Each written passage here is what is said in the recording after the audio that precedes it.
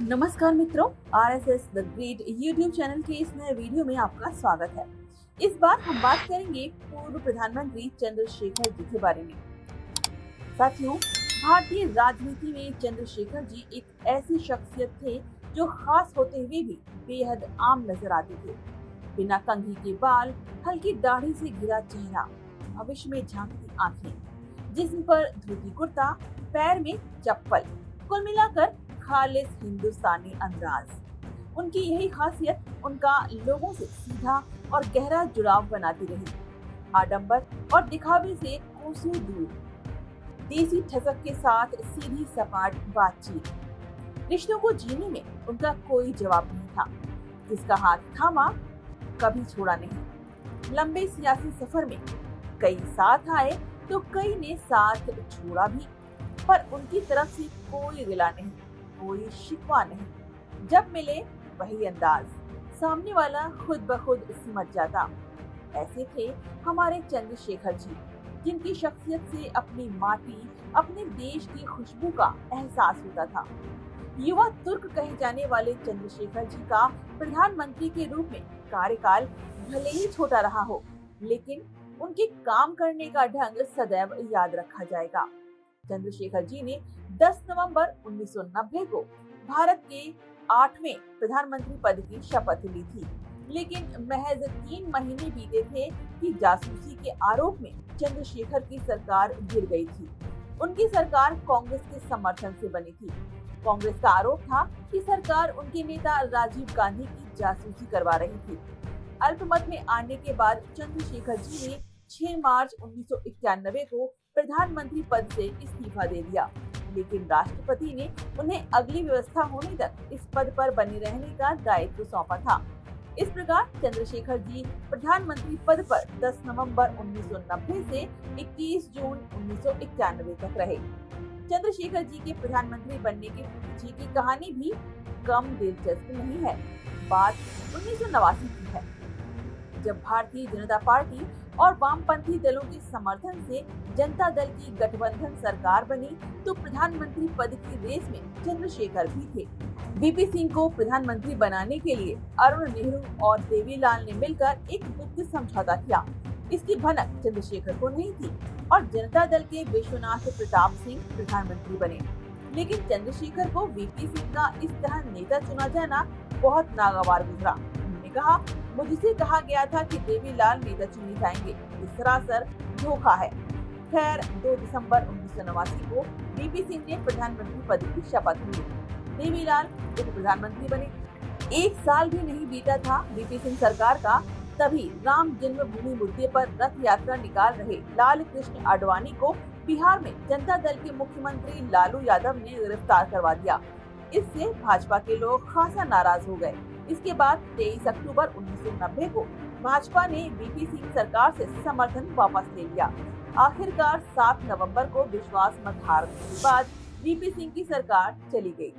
VP Singh सरकार बिल्कुल उसी तरह गिरी जैसे 1979 में मोरारजी देसाई की सरकार गिरी थी। उस समय राजनारायण और चौधरी चरण सिंह ने इंदिरा गांधी से हाथ मिला लिया था और इस बार भी कुछ वैसा ही हुआ था। इसके बाद हालात ये थे कि या तो तुरंत चुनाव कराए जाएं या फिर कोई वैकल्पिक सरकार बने। चंद्रशेखर ने अपनी आत्मकथा जिंदगी का कारवां में इस बारे में लिखा है। एक दिन अचानक आर.के. धवन मेरे पास आकर बोले कि राजीव गांधी आपसे मिलना चाहते हैं। फिर जब मैं धवन के यहाँ गया तो राजीव गांधी ने मुझसे पूछा, क्या आप सरकार बनाएंगे? मैंने कहा, सरकार बनाने का मेरा कोई नैतिक आधार नहीं है और न ही मेरे पास सरकार बनाने के लिए पर्याप्त संख्या। इस पर उन्होंने कहा कि आप सरकार बनाइए, हम आपको बाहर से समर्थन देंगे। मैंने कहा, अच्छा हो अगर कांग्रेस के लोग भी सरकार में शामिल हो जाएं। राजीव गांधी ने आगे कहा, 1-2 महीने बाद हमारे लोग सरकार में शामिल हो जाएंगे। राजीव गांधी के समर्थन के बाद 64 सांसदों के बल पर चंद्रशेखर ने सरकार बनाने का दावा पेश किया। चंद्रशेखर जी ने 10 नवंबर 1990 को भारत के 8वें प्रधानमंत्री पद की शपथ ली, लेकिन कांग्रेस के बाहरी समर्थन से बनी उनकी सरकार भी ज्यादा दिन तक नहीं चल सकी और उन्हें इस्तीफा देना पड़ा। उस वक्त कांग्रेस ने आरोप लगाया था कि हरियाणा की चौटाला सरकार के गृह मंत्री संपत सिंह के निर्देश पर राजीव गांधी के घर पर नजर रखी जा रही थी। कहा जाता है इस जासूसी का मकसद जनता दल के उन असंतुष्ट नेताओं पर नजर रखना था जो राजीव गांधी से मिल रहे थे। कांग्रेस ने जब इस मामले को उछाला तो तत्कालीन प्रधानमंत्री चंद्रशेखर ने इस पूरे मामले की जांच कराने का प्रस्ताव रखा। कांग्रेस मांग कर रही थी कि या तो हरियाणा सरकार को बर्खास्त कर दिया जाए या ओम प्रकाश चौटाला को जनता दल एस के महासचिव पद से हटाया जाए। कांग्रेस के विरोध के चलते चंद्रशेखर पूरी तरह घिर गए। इससे पहले कि कांग्रेस चंद्रशेखर सरकार से समर्थन वापस लेती, चंद्रशेखर ने 6 मार्च 1991 को प्रधानमंत्री पद से इस्तीफा दे दिया। बाद में राजीव गांधी ने ये भी प्रयास किया कि चंद्रशेखर अपना इस्तीफा वापस ले लें।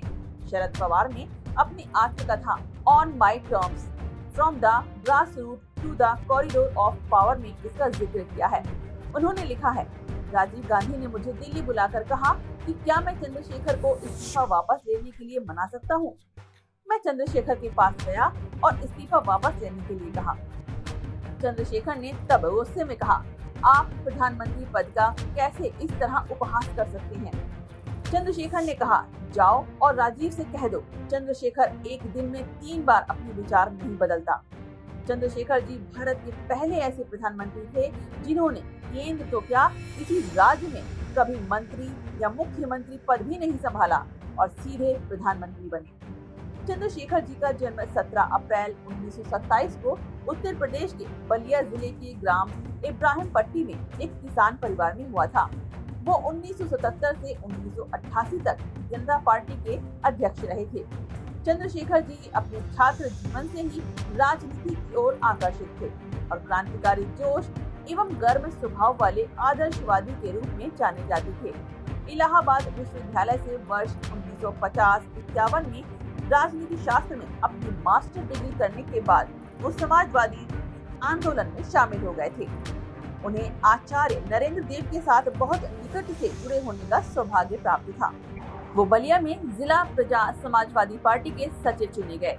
1 साल के भीतर वो उत्तर प्रदेश में राज्य प्रजा समाजवादी पार्टी के संयुक्त सचिव बने। 1955-56 में वो उत्तर प्रदेश में राज्य प्रजा समाजवादी पार्टी के महासचिव बने। 1962 में वो उत्तर प्रदेश से राज्यसभा के लिए चुने गए। वो जनवरी 1965 में भारतीय राष्ट्रीय कांग्रेस में शामिल हो गए। 1966 में उन्हें कांग्रेस संसदीय दल का महासचिव चुना गया। संसद सदस्य के रूप में उन्होंने दलितों के हित के लिए कार्य करना शुरू किया एवं समाज में तेजी से बदलाव लाने के लिए नीतियां निर्धारित करने पर जोर दिया। इस संदर्भ में जब उन्होंने समाज में उच्च वर्गों के गलत तरीके से बढ़ रहे एकाधिकार के खिलाफ अपनी आवाज उठाई तो सत्ता पर आसीन लोगों के साथ उनके मतभेद हुए। वो एक ऐसे युवा तुर्क नेता के रूप में सामने आए जिसने दृढ़ता, साहस एवं ईमानदारी के साथ निहित स्वार्थ के खिलाफ लड़ाई लड़ी। वो 1969 में दिल्ली से प्रकाशित साप्ताहिक पत्रिका यंग इंडियन के संस्थापक एवं संपादक थे। इसका संपादकीय अपने समय के विशिष्ट एवं बेहतरीन संपादकों में से एक हुआ करता था। आपातकाल के दौरान यंग इंडियन को बंद कर दिया गया था। फरवरी 1989 से इसका पुनः नियमित रूप से प्रकाशन शुरू हुआ। 25 जून 1975 को आपातकाल घोषित किए जाने के समय आंतरिक सुरक्षा अधिनियम के तहत उन्हें गिरफ्तार कर लिया गया, जबकि उस समय वो भारतीय राष्ट्रीय कांग्रेस के शीर्ष निकायों, केंद्रीय चुनाव समिति तथा कार्य समिति के सदस्य थे।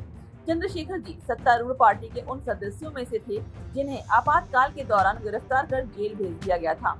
वो हमेशा सत्ता की राजनीति का विरोध करते थे एवं लोकतांत्रिक मूल्यों तथा सामाजिक परिवर्तन के प्रति प्रतिबद्धता की राजनीति को महत्व देते थे।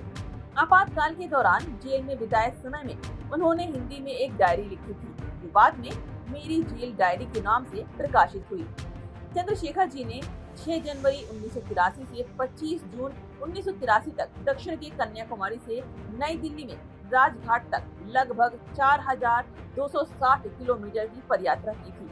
उनकी इस पदयात्रा का एकमात्र लक्ष्य था लोगों से मिलना एवं उनकी महत्वपूर्ण समस्याओं को समझना।